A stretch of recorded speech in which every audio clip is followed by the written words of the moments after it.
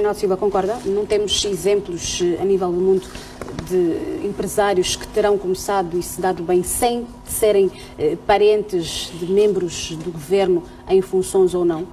Não, é evidente que, boa noite mais uma vez, é evidente que temos empresários que se fizeram ao longo de anos e anos em função, claramente, das situações concretas. Depende dos países, é um pouco difícil de generalizar histórias de empresariais de sucesso, mas, como é evidente, há muitas histórias empresariais de sucesso.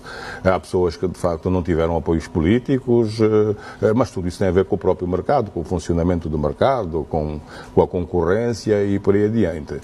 Agora, vamos lá ver, no caso que nos está a reunir aqui hoje para esta conversa, eu nunca tive dúvidas absolutamente nenhumas e várias vezes escrevi sobre esta concentração e sobre este tipo de apoios, sobre estes empurrões que foram dados a um conjunto de pessoas neste país que, de facto, criaram pequenos impérios e criaram a fortuna. Isabel dos Santos, quanto a mim, enquadra-se perfeitamente neste grupo, neste pelotão pequeno de angolanos bem-sucedidos que enriqueceram, mas que hoje, de facto, levantam muitos problemas, muitas dúvidas em relação, de facto, à origem do dinheiro, a forma como este dinheiro foi gerido, né? E levou-nos até a situação em que estamos. É evidente que tudo isto também tem a ver com a mudança política que ocorreu no país a partir de 2017. Se não tivesse ocorrido esta mudança política em 2017, tudo isto ia continuar mais ou menos na mesma. Agora, não se pode dizer, e é bom que fique aqui muito claro, que antes de 2017 as pessoas não falaram disto. Toda a gente alertou para isso, para a concentração da riqueza, para o favorecimento e, sobretudo, as atenções sempre estiveram viradas para Isabel dos Santos e, portanto, não parece que haja aqui alguma novidade nesse sentido. Às vezes ouvimos pessoas a dizer nunca disseram nada em relação ao passado e agora está todo mundo a dizer não, isso não é verdade. No caso de Angola, no caso que eu conheço de jornalistas, de opinion makers, que em tempo oportuno sempre alertaram para esta questão. Eu lembro-me perfeitamente, no meu caso, de ter improvisado ou ter usado até um termo, ainda a Isabel dos Santos não estava na Sonangol, mas que era o projeto da sonangulização de Angola. E, portanto, Silvia, não parece que haja muitas novidades. Quanto ao encosto ou não de Isabel dos Santos ao poder político e como resultado deste encosto ter resultado esta história de sucesso, como disse, eu não tenho muitas dúvidas que sem esse encosto, se ela estivesse em condições iguais a de todos nós e de outros empresários, porque muitos empresários na altura queixaram-se, não é? E queixavam-se de não ter as mesmas facilidades, as mesmas isenções, olha, as isenções fiscais, não é? Que facilitaram muito a vida, os incentivos, e portanto tudo isto criou de facto esta figura de Isabel dos Santos e este império que hoje estamos aqui a questionar, e ainda bem que estamos aqui a questioná-lo, pois nada deve ficar, digamos, sem ser questionado e questionamos com o melhor espírito, que é o espírito de sabermos efetivamente como é que começaram as coisas. Não é? Reginaldo Silva, o que é este consórcio internacional de jornalistas? 120 jornalistas que tiveram acesso a 715 mil documentos em 37 jornais de 20 países. Como é que 120 jornalistas se dedicam a investigar uma determinada figura? Como é que podemos olhar para o funcionamento deste consórcio? Quem é que financia? São várias viagens, muitas entrevistas, muita pesquisa? Bom, Silvia, se me permite, eu gostava só de dar uma chega ao que disse, ou que acaba de dizer o Azulay. Bom, efetivamente, tudo isto acontece, e isso tem que ficar muito claro aqui entre nós, porque é uma mudança política no país, né? É evidente que a política não explica tudo, mas se não tivesse havido a mudança política que aconteceu a partir de 2017, e, surpreendentemente, dentro do próprio, com o MPLA a manter-se no poder, nada disso tinha acontecido. Mas depois dessa mudança política era previsível este cenário? Não, depois dessa mudança política, eu previa um cenário que iria se aproximar deste, mas nunca este cenário, né? Sobretudo depois do discurso do candidato do MPLA, que senti claramente que ele estava a mudar, de facto, as referências do anterior discurso. E, portanto, claramente, a política está na origem desta mudança. Há uma nova abordagem do país, há uma nova abordagem da riqueza, da distribuição do rendimento, e tudo isto veio, digamos, como consequência os julgamentos e por aí adiante. A outra coisa que é importante dizer aqui, e um pouco para tentar responder à questão se há ou não perseguição política em relação à família de Eduardo Santos, em relação a pessoas próximas, eu tenho, digamos, o meu argumento, se quisermos, não para confrontar a tese de que há perseguição política, mas eu pergunto-me se de facto a ideia era mudar o país, de acordo até com a palavra de ordem do MPLA, não é? Como é que é corrigir o que está mal, melhorar o que está bem, essas coisas todas. Portanto, como é que se ia começar? O meu problema é este, não é? Efetivamente tinha que se começar por um lado. Se começasse por baixo, pelo delegado provincial, pelo comunal, as pessoas iam dizer, mas estão a mexer mais uma vez no peixe miúdo, é preciso ver outras coisas. Começou-se por cima, há perseguição política. Quer dizer, de facto é que é um pouco aqui a história do preso por ter cão e por não ter. Não temos qualquer dúvida em relação a isso. Mas por algum lado tinha que se começar. Efetivamente começou-se por cima, começou-se pelos sítios ou pelos níveis, pelas pessoas que de facto tiveram maior acesso à riqueza, em termos que hoje nós estamos aqui a questionar e a nível internacional também se está a questionar. Em relação à questão do consórcio, bom, este consórcio, para quem não sabe, já existe há algum tempo, né? O consórcio não surge agora, não se criaram. A Isabel dos Santos, ficamos aí com a ideia agora de que ela diz, como é que se junta tanta gente para perseguir uma mulher negra e africana e parece que estamos a voltar ao tempo colonial, aquelas coisas todas, pronto, que é próprio de quem se está a defender, e eu não tenho nada contra os argumentos dela. Mas esse consórcio já existe, é olharmos, qualquer pessoa vai ao Google, faz o ICJ e encontra se calhar, investigações que o consórcio fez. De vez em quando eles juntam-se, tivemos a questão dos Panama Papers, tivemos outras investigações. Todo este movimento dos leaks surge com a própria Wikileaks de Julian Assange, que foi de facto um movimento pela transparência, contra de facto a acumulação de riqueza em termos ilícitos, contra o crime, contra a fraude fiscal, contra tudo isso, numa altura em que a pobreza de facto está a aumentar, as pessoas mais pobres não têm recursos e lá em cima é o regabof completo. E, de facto, há um movimento de sociedade civil. As pessoas podem dizer, é financiado por este, para atacar este, para privilegiar aquele, aquelas análises políticas que se fazem. Mas este movimento, quanto a mim, é um movimento que tem todo o interesse para todos nós. Quer dizer, independentemente de estarmos a ser fustigados ou ser questionados, é importante que a transparência se faça sentir. Porque a transparência melhora tudo. A transparência melhora a distribuição do rendimento, vamos, se calhar, ter uma outra abordagem mais profunda, mais eficaz no combate à pobreza. Nós, em Angola, temos uma situação de pobreza que é muito preocupante, que dá origem à criminalidade. No mundo, continua a haver as assimetrias a dominarem e a explicarem muitos dos conflitos. E, portanto, o que este consórcio está a fazer, para mim, que não é de agora, já tem de facto uma história, tem a ver com um movimento informativo dos jornalistas, de ativistas, para que de facto o mundo se torne mais saudável, mais higiênico e que não fique dominado por meia dúzia de pessoas que, através de paraísos, de offshores e outros recursos menos transparentes, os acumulam riqueza. Muitas vezes nós não sabemos bem para que é que serve a acumulação de tanta riqueza. E estamos a ver agora neste caso, que nos diz respeito, que tem a ver connosco, que tem a ver com Isabel dos Santos, mas tem a ver com outras acumulações de riqueza, que no fundo esta riqueza não produziu desenvolvimento, não nos levou a nada, não é? Ou levou a pouco, podia levar a muito mais. Portanto, eu vejo com bastante interesse o surgimento de grupos como este. São grupos de sociedade civil, são grupos independentes, com todas as críticas que possam ser feitas. Eles, de facto, estão a ajudar-nos a ver melhor o mundo, estão a ajudar o próprio mundo a resolver melhor os seus problemas. E de que forma como é que o Estado pode reaver o dinheiro desviado da Sonangol para o Dubai? Mais uma vez, permite-me... Muito bem. Não, só acrescentar agora. Aqui a bocado me escapou, no enquadramento, de facto, deste movimento. Há um elemento, há uma convenção mundial, internacional, que tem que ser colocada aqui em cima desta mesa. Chama-se a Convenção de Luta contra a Corrupção. Foi aprovada pelas Nações Unidas, pela Assembleia Geral das Nações Unidas, no início de 2002, acho que é por aí, e é com base nesta convenção que tudo isto está a acontecer. As pessoas às vezes pensam que isto foi inventado, que de repente começámos atrás das pessoas politicamente dispostas. Não.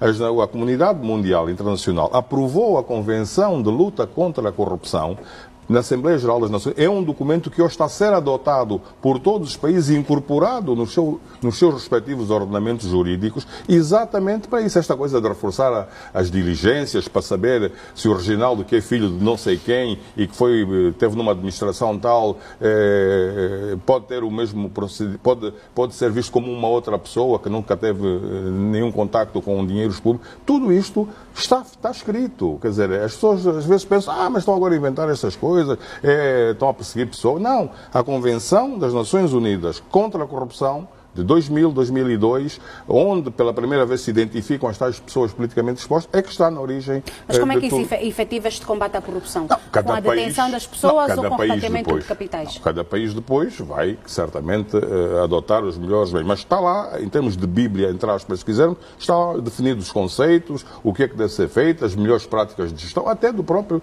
Orçamento Geral do Estado. Em relação à questão colocada da recuperação, é esta a questão, sim, não é? Bom, evidentemente que Isabel dos Santos, é bom aqui que se diga, e aí estou de acordo com o Azulay, estas referências da Wikileaks são indícios, mas ainda não são provas suficientes até que o processo entre em tribunal, não é? Portanto, é bom ficar aqui muito claro em relação a isso. Há, de facto, neste momento, uma ação judicial em Angola, na sequência da providência cautelar que foi apresentada pelo Ministério Público junto do Tribunal Provincial de Luanda. Há uma sentença e, a partir de agora, talvez depois o Esteves Hilário nos possa ajudar melhor a decifrar estes procedimentos. Tem que haver uma ação, quer dizer, de facto, há ali muitas acusações. Esta coisa da Sonangol em relação a Isabel dos Santos, que sai agora no Wikileaks, é uma parte apenas ínfima, porque nesta sentença está lá tudo e mais alguma coisa em relação ao que está em causa, ao grosso, se quisermos, das acusações ou das questões que pesam sobre Isabel dos Santos. Em relação à questão do repatriamento, eu lembro-me perfeitamente, quando começou o debate do repatriamento aqui entre nós, ao nível dos formadores, como se diz agora, de opinião, os comentaristas, todos nós criticámos, todos nós nos posicionámos, se o repatriamento voluntário ia dar ou não ia dar, depois ia fazer. Eu lembro-me perfeitamente de um dos debates em que participei, não participei em muitos, que eu dizia que vamos primeiro deixar a fase voluntária chegar ao seu fim e depois vamos ver o que é que se vai seguir a fase coerciva. E neste momento nós estamos exatamente a viver essa fase coerciva. Não nos podemos esquecer que isto, mal concordando ou não concordando com o governo, criticando ou não concordando o Estado angolano, o desempenho do Estado angolano, há uma lei. Quer dizer, custa-me ver, às vezes, alguns juristas que falam deste processo ignorando que existe uma lei. Existe uma lei que foi aprovada no Parlamento, está lá definido os procedimentos, a forma coerciva de ir buscar os tais capitais, os ativos, e, portanto, temos neste momento que discutir exatamente com base nesta lei. Porque se nós formos ignorar esta lei, formos ignorar as outras ações, parece que estamos a discutir tudo no ar, quando isto é um processo que teve início já há um ano e, neste momento, teve em Isabel dos Santos um dos seus alvos, mas já teve noutras pessoas o seu alvo, né? O seu, digamos, já outras pessoas foram abordadas e, portanto, não parece que haja... Mas essa é uma discussão também que se levanta e gostaria que interviessem sempre que achassem necessário o facto de terem existido outros nomes também envolvidos em escândalos de corrupção, mas que parece-nos, não sei se é o abrigo desta lei, em que quem repatria voluntariamente tem direito a ter a sua identidade preservada, mas o que é facto é que estes nomes não são falados hoje. Mas, Silvia, eu lembro-me bem que as pessoas que mais criticavam a lei, a primeira fase da lei, diziam que aquilo era para branquear, era para limpar os dinheiros que estavam lá fora, porque era uma lei que, quanto a mim, é bom da verdade, era uma amnistia. Para mim era uma amnistia aquilo, né? E as pessoas, como agora se diz, no próprio discurso político oficial, não aproveitaram essa fase. E, portanto, parece... Portanto, os que não estão a ser incomodados serão, eventualmente, aqueles que aproveitaram e fizeram de forma voluntária. Outra questão que tem que se colocar aqui é uma questão prática, quer dizer, não se pode mexer em tudo de uma vez só, né? Processos desses são processos que são realmente complexos e não parece que haja capacidade de irmos, de repente, também um pouco essa crítica que se faz, só se pega num, não se pega num. Eu não sei o que é que se pega num, se pega num. Eu sei que neste momento, de acordo com o próprio Ministério Público, foram introduzidos em juízo mais de 90 processos, né? E por 90 mil, né? Não, já agora... 90, né? Desculpa, agora 90 mil são os documentos. São as páginas, né? E, portanto, o processo não parou aqui e certamente outras pessoas vão ter que responder. Parece-nos, Reginaldo, que tudo começa a partir da altura em que Isabel dos Santos é nomeada para presidir a Petrolífera Nacional.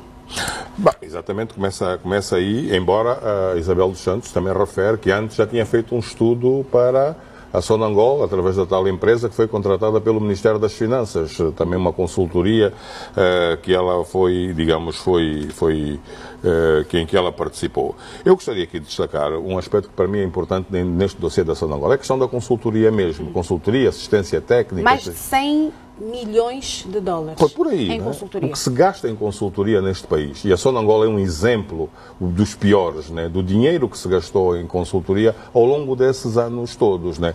Eu tenho aqui este documento, não sei se as câmaras podem mostrar.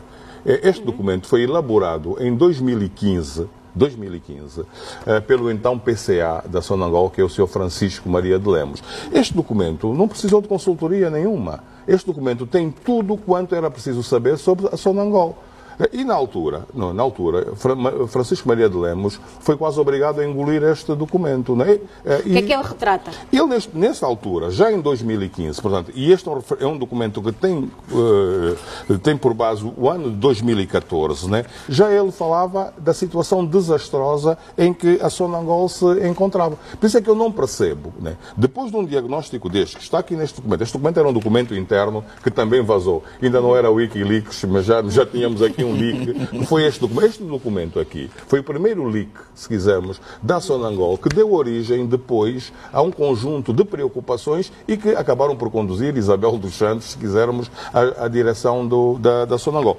Mas eu tenho por base este documento e conservo, porque este documento nem sequer está em PDF, está em papel. Eu conservo este documento e eu, através deste documento, consigo ver que, efetivamente, não era preciso gastar tanto dinheiro, não era preciso gastar tantos milhões. Este homem, que tem a história que tem da Sonangol, é um homem que está desde o princípio na Sonangol, antes de ser PCA, foi ligado, esteve sempre ligado à questão da área financeira da Sonangol, foi o homem responsável pela Sonangol na parte financeira. Portanto, ele tem aqui concentrado nestas páginas, não são muitas, são 10 ou 11, tudo quanto diz respeito à Sonangol, inclusivamente o levantamento dos trabalhadores, o que foi gasto, o que era preciso fazer. E, portanto, custa-me entender que depois de Isabel dos Santos ter pegado na Sonangol, ela tenha precisado de tanta consultoria, de tantos homens vindos dos três cantos do mundo para fazer o trabalho que foi feito. O que é que terá motivado esta contratação? Mas o serviço não foi prestado?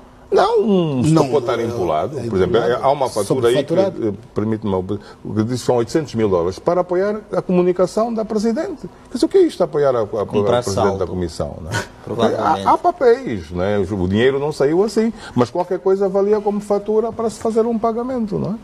Este relatório, Reginaldo Silva, já espelha o estado de falência da Sonangol? Exatamente. Por isso é que estamos a falar da gestão de José Maria de Lemos. Até o José Maria de Lemos. Portanto, um relatório que tem a ver com 2014, o Programa de Trabalho 18/2015, e o lema na altura era o resgate da eficiência empresarial. Só para se ter uma ideia dos termos deste relatório, eu cito uma das passagens: o modelo operacional da Sonangol fracassou e está falido. Deixamos de aprender, saber fazer e aprendemos a contratar e subcontratar. Proliferam os contratos de prestação de serviço em toda a companhia, desde as finanças aos serviços médicos, desde a formação, a gestão da cadeia logística, com a presença crescente de contratos fantasmas, contratos in-house e até contratos connosco próprios. Portanto, quer dizer, a situação da Sonangol estava perfeitamente identificada. O que é que terá motivado o Presidente a nomear a engenheira Isabel dos Santos para a PCA da Sonangol? Exato. Depois de tudo isto é nesta sequência. Quer dizer, este homem aqui, que não tem mérito, quanto a mim, é um homem que apenas cumpre o seu dever. A consciência dele pesou-lhe, ele achou que era a altura de partir a loiça e acaba por abrir os portões da Sonangol, como eu já disse numa outra ocasião. Né? Portanto, este homem é que, de facto, se quisermos alguma referência, este homem é que dá o sinal da alarme. A situação real da empresa. Há aqui um facto que, por acaso, gostava... Acho que é posterior. É posterior a este relatório, porque é seguir a entrada, a nomeação de Isabel dos Santos. Antes de Isabel dos Santos ter entrado, para ser nomeado. Já contratou com o Ministério das Finanças. Contrato com o Ministério das Finanças. Ninguém percebe como é que surge este contrato com o Ministério das Finanças para produzir a tal primeira abordagem, por exemplo, diagnóstico, quando nós tínhamos um diagnóstico. O meu problema é... Portanto, foi subsequente. Foi subsequente. Penso que é esta sequência, espero não estar enganado, mas se estiver, aqui estou eu para pedir as minhas desculpas. Né? O problema fundamental nesta nossa abordagem é, de facto, o dinheiro da consultoria. Este país gastou milhões ou mais, já não sei quanto, quer dizer, ao longo desses anos todos. E com a Sonangol está aqui definido, quer dizer, a Sonangol, a partir de certa altura, formou não sei quantos quadros, formou quadros a todos os níveis, mas continuou a contratar como não tivesse lá ninguém. E eu lembro perfeitamente dos nacionais da Sonangol, jovens que passavam a vida, até se dizia, ou no Facebook, ou a jogar em cartas, porque não tinham trabalho. E durante o consulado, o breve consulado de Isabel dos Santos, eu ouvi montes de queixas. Eu tenho pessoas que me são próximas, até familiarmente, que se queixavam de não fazer nada na Sonangol. Portanto, claramente aqui, em meu entender, a gestão da Sonangol, desse ponto de vista, e que agora justifica esta reportagem, é de facto da maior preocupação, e espero que efetivamente situações como esta, sobretudo com estes gastos desnecessários, eu concordo com o Jaime Azuleiro, de facto, há consultoria que é necessária, um determinado tipo de consultoria, mas, Jaime, perdoa-me, mas afinal andamos a formar tanta gente. Andamos a formar tanta gente que temos que mandar vir sempre pessoas para fazer o mínimo. E porquê que não contratamos? E o nível das pessoas que são. E o nível das pessoas. Há só um elemento que é importante referir aqui, até para estabelecermos alguma comparação. No relatório diz que a Sonangol, em 2013, só em consultoria, não tem a ver com assistência técnica, gastou 110 milhões de dólares. E em 2014 gastou 256 milhões, subiu um pouco. Portanto, Isabel dos Santos vem dizer que conseguiu reduzir os custos, mas tendo por base estes custos que já estão super empolados. O problema é que estes custos também já têm gato, estão cheios de gatos, cheios de contratos, de fantasmas. Já vamos poder olhar para o facto de Isabel dos Santos ter ido parar a Sonangol, mas digo, depois de assumir a presidência, ela terá alegado encontrar uma dívida. Não, a Sonangol, é dito aqui, a Sonangol estava numa situação financeira desastrosa, não é? Exatamente porque andou a endividar-se, andou a gerir mal e, portanto, alguém tinha que pôr cobro a isso. E, portanto, este diagnóstico está feito aqui. O meu problema é que este homem que identificou, que teve a coragem de vir para público dizer o que disse, este homem devia ter tido, se calhar, oportunidade para continuar este programa. Aqui havia um programa. Isto chama-se Resgate da Eficiência Empresarial. Não lhe deram tempo. Porquê que não lhe deram tempo a ele e foram dar tempo a Isabel dos Santos ou a outra pessoa? Este homem devia, até por conhecimento que tinha da realidade, se calhar dar um pouco mais a Sonangol. Eu não conheço o senhor, não faço a mínima ideia qual tem sido a sua trajetória mais concreta. Mas, de repente, surge Isabel dos Santos como uma salvadora, quando já não havia nada para salvar, porque as coisas estavam perfeitamente identificadas. Eu fui das pessoas que, desde o primeiro momento em que Isabel dos Santos foi nomeada por José Eduardo dos Santos, que não estava muito preocupado com a questão de haver aqui uma relação de consanguinidade, que a própria lei, em muitos países, não sei como é que é o nosso, mas de facto levanta dificuldades ou põe mesmo limites. O meu problema sempre foi era de facto o conflito de interesses. E está agora aprovado, através desta investigação, que Isabel dos Santos tinha tantas empresas, chegou a fazer que era negócio difícil. Consigo mesmo. Não era exatamente o problema maior da nomeação de Isabel dos Santos. Foi dito por mim, mas foi dito por outras pessoas. Não era tanto ela ser filha de quem era de facto ela ser uma pessoa tão omnipresente, digamos, no tecido empresarial angolano, com ramificações externas, que de facto era muito difícil ela fazer gestão transparente da Sonangol. Foi essa, claramente. Foi isso. Quer dizer, eu sempre proporcionar que ela tivesse. Eu até dava de barato ela ser filha, se não tivesse as relações empresariais que tinha, o povo que ela dominava. O problema era basicamente... Vamos olhar para estas ramificações externas. A escapatória da política, de facto, eu hoje, a brincar bem a sério, de facto, eu acho que Isabel dos Santos entrou no modo Trump, não é? O modo Trump é aquele que nós nos habituamos a ver, portanto, ele nega, pura e simplesmente, diz que não, é política, é caça às bruxas, é isto, portanto, neste momento eu tenho que dizer isso porque é uma evidência, né? Isabel dos Santos entrou, de facto, em modo Trump, nega tudo, diz que é perseguição política, caça às bruxas e, portanto, não há outra solução, a única solução diante deste confronto de factos, de informações, é Isabel dos Santos, naturalmente, ter o direito de se defender e é o único sítio onde é que ela se pode defender é em Luanda. Eu sinceramente não estou a ver onde é que Isabel dos Santos se possa defender, né? Ela já disse que está disponível, os factos do processo estão em Luanda, e é em Luanda que tem que haver essa defesa, porque eu sinceramente já não estou a ver mais possibilidades de este cruzamento de informação produzir outros resultados que não seja exatamente a disseminação de informação, os ataques, as análises políticas, mas neste momento há de facto um processo judicial. A necessidade, diz a Reginaldo Silva. A minha consideração é basicamente política, naturalmente a terminar. De facto, nós estamos a assistir a uma mudança política no país que prossegue dentro de momentos, não é? E dentro de momentos, de facto, temos este desafio, que é o desafio mais mediático, se quisermos, por causa da investigação jornalística, tem no seu centro Isabel dos Santos, mas é evidente que vamos ter outros desenvolvimentos em relação, pois, a esta intervenção do Governo nesta área. Contrariamente ao que algumas pessoas acham, criticando, dizendo que não se pode transformar a luta contra a corrupção num programa do Governo, mas a luta contra a corrupção faz, de facto, parte do programa do Governo, não sendo apenas o programa, esgotando o programa do Governo, mas é muito importante porque um Governo que tem tantas dificuldades financeiras como o nosso e conseguir buscar algum dinheiro, algum oxigênio financeiro, vai certamente ajudar-nos a resolver alguns problemas. Jaime Azuai.